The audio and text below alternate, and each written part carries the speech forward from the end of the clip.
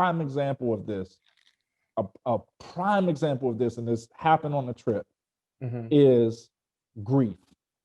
Grief talks a lot. Grief uses a lot of words. Grief is very communicative. And the thing that we really probably hate about grief is that we have no choice but to be patient with it. We unpatient ourselves away from grief because it says, I don't care what you decide to do. You can bookmark me, you can whatever. I'm not going anywhere until I decide to go somewhere. And it's the one thing that we can't do anything about in terms of like, we just got to sit with it. And that, like that trip, happening on that trip and having the passing happen and then the service and then even the sort of residual lingering effects. And then even compounding that with all of the other passings I've had over my life. And grief is like, yeah, I'm still here. Oh, you thought I left because I just been quiet, sitting in the back, but instead of talking this time, I just started writing you a letter and I just handed it to you like maybe, every 45 days or so. Yeah. Just to remind you that I haven't gone anywhere. Grief is going through the same thing you've gone through your whole life. Grief just trying to tell grief story. Like, yep, this story is important. And grief probably is upset and furious, like, you all act like I'm trying to hurt your feelings on purpose. No, I'm just telling my story because my story is not just about pain and tears. It's about joy and triumph and yeah, good times and memories and essence and creative energy and how love transcends any construct we can imagine. And so grief is like, sit your ass down, listen to this story, and don't just take the 140 character snapshot of it that happens in the funeral moment when everybody's crying. Like, that is such a poor trailer for the story. Grief is trying to tell. Like, grief, like, I'm trying to take you from the beginning to the never end. yeah, You know what I'm saying? yeah. And yeah, and I think man, I don't even want to rush past that because that's like really powerful about thinking of the story that grief has to tell and has been telling us um our entire lives. Yeah. Uh, Yeah.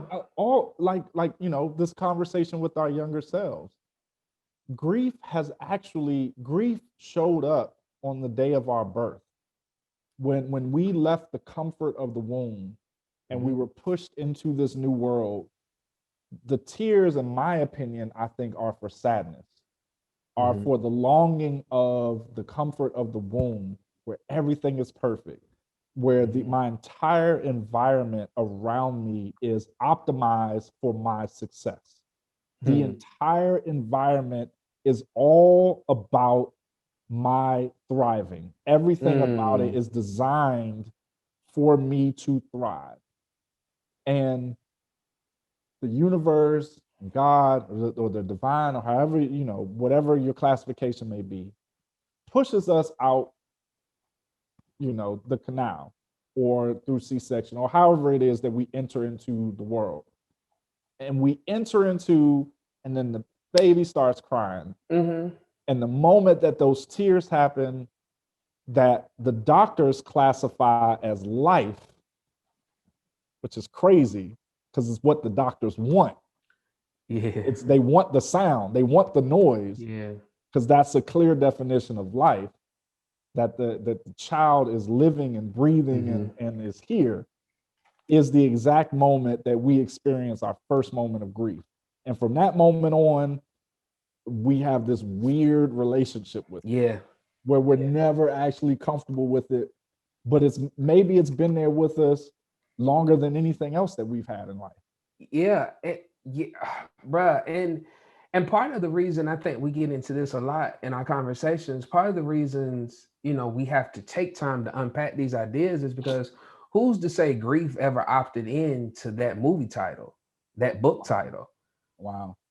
grief as we know it may have shown up as remembrance of spiritual life before that moment. May have showed, because while you were talking, I had to write it down again. It's so good. Just thinking, what if the story grief, because I'm gonna put quotes, because who's to say that energy ever opted into being named that, but grief showed up trying to tell you the story of how others before you failed to realize that the world that you were born into is still surrounding you and meant for your good.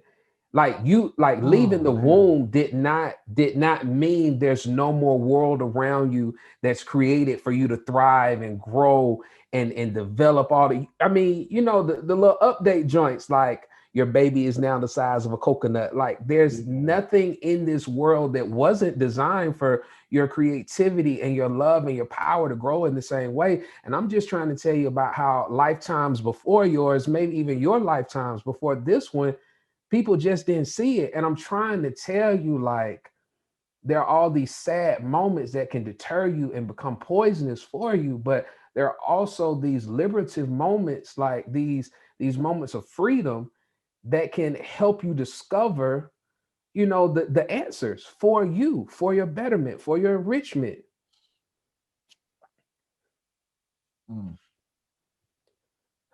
Man. Wow, that's a radical reframing of grief in such the most like beautiful, amazing way. This this new place, this new place that you've entered. It's crazy because I closed my eyes and I went, just did it. This new place that you've entered can be as loving, as kind, as thriving, as supportive, as helpful, as committed to your ability to grow into your full self as the womb was.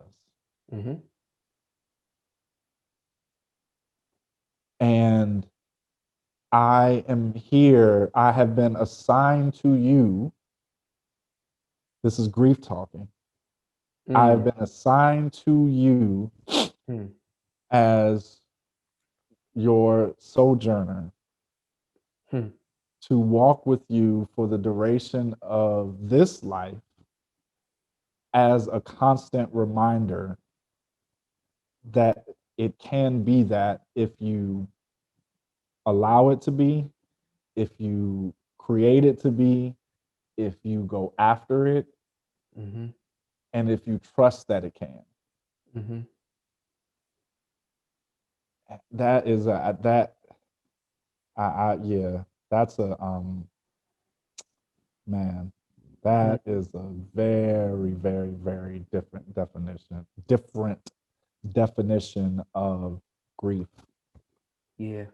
Go ahead. Yeah, man, because when I think about your reason for going back home and just like I said, it looked good on you and all of the good that it brought from, the thing is, like, why do we have to buy into this idea that grief is a bad thing and grief got us there, but joy won and grief doesn't have the final say? So, like, maybe just a simple reframing of it, of what it's trying to accomplish in the moment.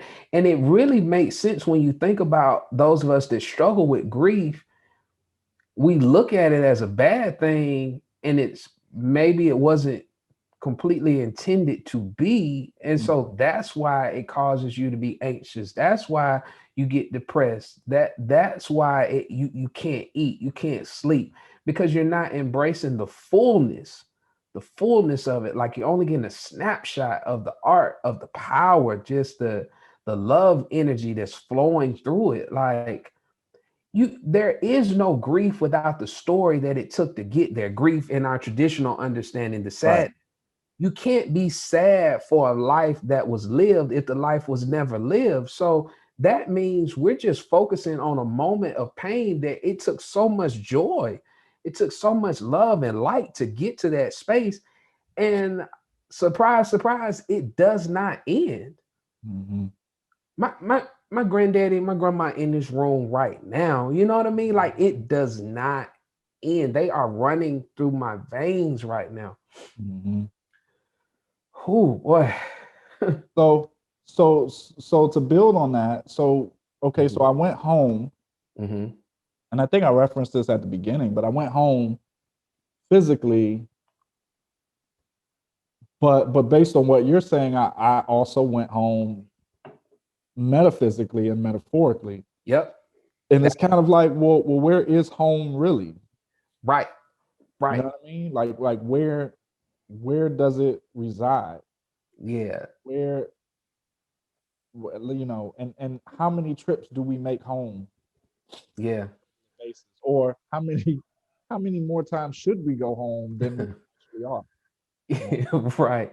Yeah, because the spiritual Google map, the spiritual roadmap isn't spatial like physical maps. So you don't have to actually physically travel to these spaces to get in the metaphysical spiritual mind state to do some digging and updating to the roadmap, to the guide map and their guideposts all along the way. Um, hmm. Yeah. Yeah.